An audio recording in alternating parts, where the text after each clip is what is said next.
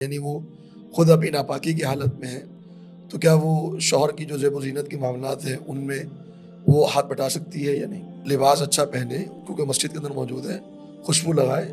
اور صحیح صاف ستھری حالت میں رہے۔ یہ ہمارے یہاں کانسیپٹ دے دیا جاتا ہے کہ جب حالت اعتکاف میں تو آپ نے نہ غسل کرنا ہے، نہ آپ نے جو ہے نا وہ خوشبو لگانی ہے۔ جناب علی اور جناب معاویہ کے درمیان جب جنگ ہوئی تھی اور پھر صلح ہو گئی تھی، تو صلح کے موقع پر یہ خوارج کا گروہ الگ ہو گیا تھا اور انہوں نے تمام صحابہ کی اس وقت تکفیر کر دی تھی۔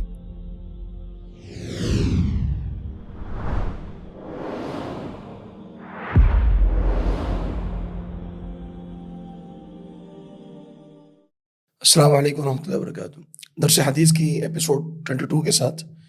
دوبارہ آپ کی خدمت میں حاضر ہے۔ کتاب ہم پڑھ رہے ہیں اللہ علی المودیہ، اور اس کتاب میں جو ہمارا ٹاپک چل رہا ہے وہ طہارت کے حوالے سے ہے۔ لاسٹ ایپیسوڈ میں ہم نے جو خواتین کے مخصوص ایام ہیں ان کے حوالے سے جو احادیث ہیں، کچھ مسائل ہیں، وہ ڈسکس کیے تھے۔ آج انشاءاللہ ہم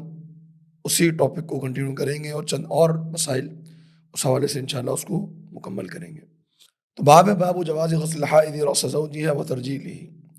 کہ ایک خاتون جو اپنے مخصوص ایام میں ہو تو کیا وہ اپنے شوہر کے سر کے بالوں کو دھو سکتی ہے یا کنگھی کر سکتی ہے، یعنی وہ خود اپنی ناپاکی کی حالت میں ہے تو کیا وہ شوہر کی جو زیب و زینت کے معاملات ہیں ان میں وہ ہاتھ بٹا سکتی ہے یا نہیں۔ اس حدیث سے استدلال کیا جو حدیث ہم پڑھ رہے ہیں، صحیح بخاری مسلم میں اور دیگر کتب ستہ میں حدیث موجود ہے۔ عن عائشہ رضی اللہ عنہا قالت، کہ سیدہ عائشہ فرماتی ہیں کان النبی صلی اللہ علیہ وسلم یصغی الی رأسہ، کہ نبی صلی اللہ علیہ وسلم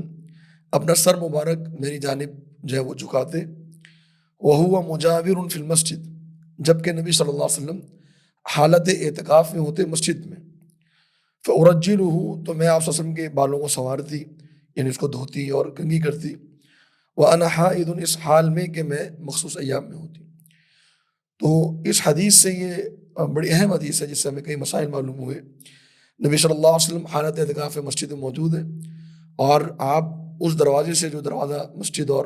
آپ کے جو گھر مبارک تھا اس کے درمیان میں تھا، تو آپ اس دروازے سے اپنا سر مبارک جو ہے وہ سیدہ عائشہ کی طرف جانب کرتے اور سیدہ عائشہ سر کو دھوتی اور کنگھی کرتی اور اس کو سنوارتی۔ اس سے ایک تو یہ ثابت ہوا کہ ضرورت کے وقت میں اپنے گھر کی جانب جایا جا سکتا ہے، اگر گھر جو ہے وہ مسجد کے برابر میں ہو، احاطے کے ساتھ ہی ملا ہوا ہو، اور اگر نہ بھی ملا ہوا ہو تو بھی بعض حدیث میں ثابت ہے کہ اگر بہت ضروری معاملہ ہو تو کچھ وقت کے لیے گھر انسان جا سکتا ہے، لیکن وہاں پہ کسی سے کلام نہیں کرنا یا بات چیت نہیں کرنی، اور جو ضرورت ہو وہ پوری کر کے انسان واپس آ جائے اگر ضرورت ہو، نہ ہو تو پھر بالکل بھی جانا جائز نہیں ہے۔ دوسری بات یہ ہے کہ حالت اعتکاف میں غسل کرنا، زیب و زینت اختیار کرنا، اس سے ممانعت نہیں ہے، بلکہ انسان اگر مسجد کے اندر موجود ہے تو اس کو چاہیے کہ وہ غسل کرے، لباس اچھا پہنے کیونکہ مسجد کے اندر موجود ہے، خوشبو لگائے اور صحیح صاف ستھری حالت میں رہے۔ یہ ہمارے یہاں کانسیپٹ دے دیا جاتا ہے کہ جب حالت اعتکاف میں تو آپ نے نہ غسل کرنا ہے، نہ آپ نے جو ہے نا وہ خوشبو لگانی ہے، بالکل آپ نے جیسے ایک کچھ صوفیوں کی طرح آپ نے رہنا ہے، تو یہ معاملہ نہیں ہے۔ تو نبی صلی اللہ علیہ وسلم یہاں پر جو ہے وہ اپنے بالوں کو سنوروا رہے ہیں، اپنے بال جو ہے وہ اس کو دھلوا بھی رہے ہیں، کنگھی بھی کروا رہے ہیں، اور سیدہ عائشہ جو ہے یہ معاملہ کر رہی ہیں۔ اور جو اصل ٹاپک ہے ہمارا وہ یہ کہ ایک خاتون جو ہے وہ حالت حیض میں ہے، مخصوص ایام میں ہے، لیکن وہ اپنے شوہر کے بالوں کو سنوار سکتی ہیں اور ان کے ساتھ جو ہے وہ جو ہاتھ ہے وہ بٹا سکتی ہیں، اس معاملے کے اندر اس میں کوئی حرج والی بات نہیں ہے۔ پھر اسی طریقے سے ایک اور معاملہ جو اسی مسئلے سے ریلیٹڈ ہے، مخصوص ایام سے تعلق رکھتا ہے، اور ایک مسکنسیپشن ہے، اس کو دور کرنے کے لیے ایک اور باب قائم کیا۔ میں درمیان میں کچھ حدیث جو ہے وہ اسکپ کر رہا ہوں جو کہ ہمارے اس ٹاپک سے ریلیٹڈ نہیں ہے، تو وہ انشاءاللہ ہم اگلی، جن کے پاس یہ بک موجود ہے ان کو میں بتا رہا ہوں کہ ہم نے جو حدیث پڑھی ہے وہ حدیث ہے 29 اور اب ہم پڑھ رہے ہیں 34۔ تو درمیان میں جو حدیث ہیں یہ تعلق رکھتی ہیں جو حالت جنابت کے مسائل ہیں ان کے تعلق سے، تو وہ انشاءاللہ ہم نیکسٹ ایپیسوڈ میں اس کو کور کریں گے۔ تو مسئلہ یہ ہے کہ باب المستحاضۃ وغسلها وصلاتها، کہ ایسی خاتون جو حالت حیض میں تو نہیں ہے لیکن پھر بھی اس کو خون آ رہا ہے، بلیڈنگ ہو رہی ہے اس کو۔ تو بس اوقات کچھ خواتین ہوتی ہیں کہ جو بیمار ہوتی ہیں، ان کو بلیڈنگ آتی ہے ان ایام کے علاوہ، پیریڈس کے علاوہ، یا ان کو اور کوئی مسائل ہوتے ہیں جیسے لیکوریا کے مسائل ہوتے ہیں، اس قسم کے اور کچھ خواتین کے مسائل ہوتے ہیں کہ جس میں بلیڈنگ ہوتی ہے یا جو ہے وہ پانی آتا ہے خواتین کو، تو اس معاملے میں خواتین کے لیے کیا احکامات ہیں وہ ان احادیث کے اندر بیان ہوا۔ تو جناب عروہ رضی اللہ رحمہ اللہ جو کہ سیدہ عائشہ کے بھانجے ہیں، وہ فرماتے ہیں کہ قالت جاءت فاطمہ، سیدہ عائشہ فرماتی ہیں کہ جاءت فاطمہ بنت ابی حبیش، کہ فاطمہ بنت ابی حبیش رضی اللہ تعالیٰ عنہ وہ نبی صلی اللہ علیہ وسلم کی خدمت میں حاضر ہوئے، فقالت یا رسول اللہ انی امراۃ استحاض فلا اطہر، کہ میں ایک ایسی عورت ہوں کہ مجھے یہ بیماری ہے کہ مجھے بلیڈنگ ہوتی ہے پیریڈس کے علاوہ بھی، تو میں پاک نہیں ہو پاتی، افادع الصلاۃ، تو کیا میں نماز چھوڑ دوں؟ تو نبی صلی اللہ علیہ وسلم نے فرمایا، فقال رسول اللہ صلی اللہ علیہ وسلم لا، آپ نے فرمایا کہ نہیں، انما ذلک عرق، یہ جو بلیڈنگ ہے یہ ایک نس کی بلیڈنگ ہے، یہ وہ بلیڈنگ نہیں ہے جو رحم سے ہوتی ہے اور جو خاص پیریڈس کے اندر ہوتی ہے، یہ وہ نہیں ہے، ولیس بحیض، یہ حیض نہیں ہے، فاذا اقبلت حیضتک، ہاں جب تمہارے پیریڈس اسٹارٹ ہوں فدع الصلاۃ، تو نماز کو چھوڑ دو، وَإِذَا أَدْبَرَتْ، اور جب پیریڈس تمہارے ختم ہو جائیں فَاغْسِلِي عَنْكِ الدَّمَ ثُمَّ صَلِّي، تو پھر جو خون آ رہا ہو اس کو دھو دو اور نماز پڑھ لو۔ جناب عروہ فرماتے ہیں کہ ثُمَّ تَوَضَّئِ، یعنی جناب عروہ نے ایک اور روایت میں فرمایا کہ ثُمَّ تَوَضَّئِ لِكُلِّ صَلَاةٍ، کہ نبی صلی اللہ علیہ وسلم نے یہ بات ارشاد فرمائی کہ ہر نماز کے لیے تم نے وضو کرنا ہے، حتیٰ یجیء ذلک الوقت، یہاں تک کہ دوبارہ تمہارے پیریڈس اسٹارٹ ہو جائیں۔ تو یہاں دو باتیں نبی صلی اللہ علیہ وسلم نے وضاحت فرمائی، ایک تو یہ کہ اگر پیریڈس کے علاوہ بلیڈنگ ہو رہی ہے، اور ہر خاتون کو اپنے پیریڈس کے دنوں کا معلوم ہوتا ہے، 3 دن 5 دن 7 دن، زیادہ سے زیادہ 15 دن بھی ہوتے ہیں، تو ہر خاتون کو اپنے پیریڈس کا معلوم ہوتا ہے، اس کے علاوہ اگر بلیڈنگ ہو رہی ہے یا اگر پانی وغیرہ آ رہا ہے تو پھر وہ اس میں یہ واجب ہے کہ عورت نمازیں پڑھے، وہ طہارت کو اختیار کرے گی اور نمازیں ادا کرے گی۔ تو اس پہ نمازیں پڑھنے کا طریقہ کیا ہوگا، جو کہ نبی صلی اللہ علیہ وسلم نے یہاں پہ فرمایا کہ ہر نماز کے لیے وضو کرنا ہوگا۔ ویسے نارمل حالات میں یہ ہے کہ اگر وضو کر لیا اور دوسری نماز کا وقت ہو گیا اور وضو ختم نہیں ہوا تو وضو کیا جا سکتا ہے، لیکن اگر بلیڈنگ کی حالت میں ہے پیریڈس کے علاوہ تو پھر ہر نماز کے لیے ان کو وضو کرنا ہوگا۔ یہی معاملہ جو ہے وہ لیکورے کے تعلق سے بھی ہے۔ ایک اور معاملہ جو بیان ہوا ایک اور حدیث کے اندر، وہ یہ ہے کہ سیدہ عائشہ ہی فرماتی ہیں کہ ان ام حبیبہ، کہ ام حبیبہ رضی اللہ تعالیٰ عنہ استحیض 7 سنین، ان کو 7 سالوں تک بلیڈنگ ہوئی پیریڈس کے علاوہ، 7 سال ان کو یہ بیماری رہی، مسئلہ رہا۔ فسألت رسول اللہ صلی اللہ علیہ وسلم عن ذلك، تو انہوں نے نبی صلی اللہ علیہ وسلم سے اس مسئلے کے بارے میں دریافت کیا، فأمرها ان تغتسل، تو نبی صلی اللہ علیہ وسلم نے انہیں حکم دیا کہ تم غسل کیا کرو۔ فقال هذا عرق، اور فرمایا کہ یہ ایک نس کی بلیڈنگ ہے، یہ ایک بیماری ہے جو ہو رہی ہے۔ فکانت تغتسل لكل صلاة، تو سیدہ ام حبیبہ رضی اللہ تعالیٰ عنہ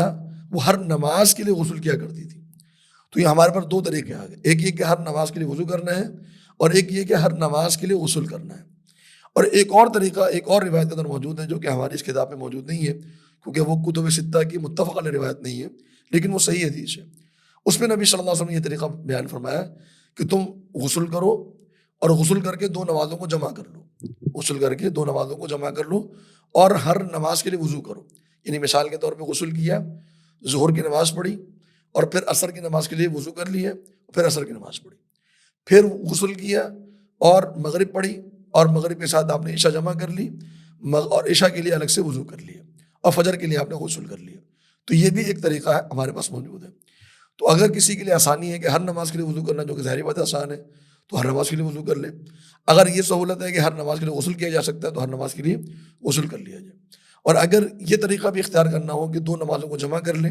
اور غسل کر لیں اور دوسری نماز کے درمیان وضو کر لیں، تو یہ طریقہ بھی کیا جا سکتا ہے۔ تو تینوں طریقے موجود ہیں، ان میں سے جو بھی طریقہ اختیار کرنا ہو وہ کیا جا سکتا ہے۔ لیکن مقصد بات کرنے کا یہ ہے کہ پیریڈس کے علاوہ جو بھی بلیڈنگ ہوتی ہے، جو بھی مسائل آتے ہیں، اس پہ نماز پڑھنا واجب ہے، اور وہ خاتون جو ہے وہ پاکی کی حالت میں ہے، وہ ناپاکی کی حالت میں نہیں ہے۔ اس چیز کا جو ہے وہ ہمیں اہتمام کرنا ہے۔ اور آخری روایت جو اس تعلق سے ہے خواتین کے مخصوص ایام کے تعلق سے، وہ بڑی اہم روایت ہے کہ، اور اس کا ٹاپک بھی یہ رکھا ہے علماء نے کہ باب وجوب قضاء الصوم علی الحائض دون الصلاۃ، کہ جو خاتون پیریڈز میں ہیں ان پر یہ واجب ہے کہ وہ اپنے روزوں کی قضا دیں گی، نماز کی قضا انہوں نے نہیں دینی ہے، روزوں کی قضا دیں گی، نماز کی قضا نہیں دینی ہے۔ تو اس میں جو روایت موجود ہے جو کتب 6 میں موجود ہے وہ یہ ہے کہ سیدہ معاذہ فرماتی ہے کہ ان امرأۃ قالت لعائشہ، ایک خاتون نے سیدہ عائشہ سے یہ بات کہی، اتجزین احدانا صلاۃ اذا طہرت، کیا ہم میں سے اگر کوئی عورت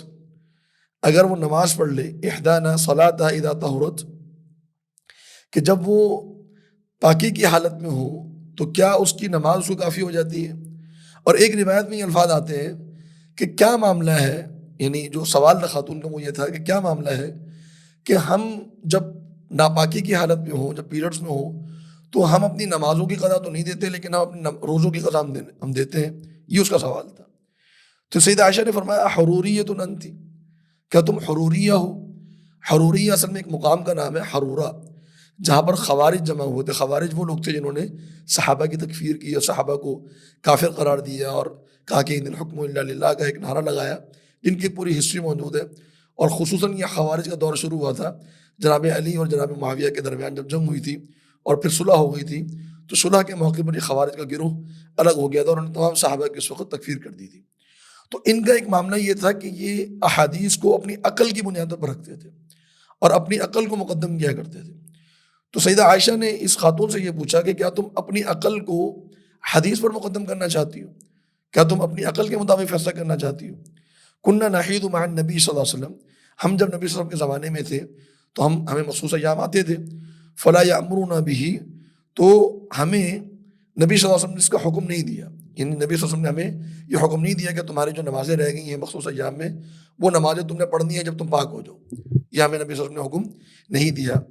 اور بلکہ نبی صلی اللہ علیہ وسلم نے ہمیں حکم کیا دیا، ایک اور روایت میں موجود ہے کہ کننا نؤمر بقضاء الصوم، کہ ہمیں نبی صلی اللہ علیہ وسلم نے حکم یہ دیا کہ تم نے روزوں کی قضا دینی ہے، نماز کی قضا تم نے نہیں دینی. تو جب حدیث آ گئی اور نبی صلی اللہ علیہ وسلم کا فرمان آ گیا تو پھر ہمیں اپنی عقل لڑانے کی ضرورت نہیں ہے کہ کیا وجہ ہے کہ روزوں کی قضا تو ہم دے رہے ہیں، نمازوں کی ہم نہیں دے رہے. تو عقل سے پھر ہم نے اپنے نفس جو نبی صلی اللہ علیہ وسلم کی جو احادیث ہیں اس کو پرکھنا نہیں ہے، بلکہ جب نبی صلی اللہ علیہ وسلم کی حدیث آ جائے تو اس کو منوعاً ہم نے تسلیم کر لینا ہے اور پھر ہم نے خوارج کا طریقہ کار اختیار نہیں کرنا ہے. تو یہ وہ حکم ہے جو نبی صلی اللہ علیہ وسلم نے ایسی خواتین کو دیا کہ جو جن کے روزے آ جائیں دوران ایام تو پھر ان کے اوپر لازم یہ ہے کہ انہوں نے روزے جو ہیں وہ پورے رکھنے ہیں، بعد میں ان کی قضا دینی ہے، لیکن نمازیں جو رہ جائیں گی ان کی قضا ان پر واجب نہیں ہے. تو یہ چند اہم مسائل تھے اس خواتین کے مخصوص ایام کے تعلق سے. امید ہے کہ اس حوالے سے آپ اچھی طرح حدیث کو سمجھ چکے ہوں گے. اللہ رب العالمین سے دعا ہے کہ اللہ تعالیٰ ہمیں قرآن و حدیث کو سمجھنے اور عمل کرنے کی توفیق عطا فرمائے.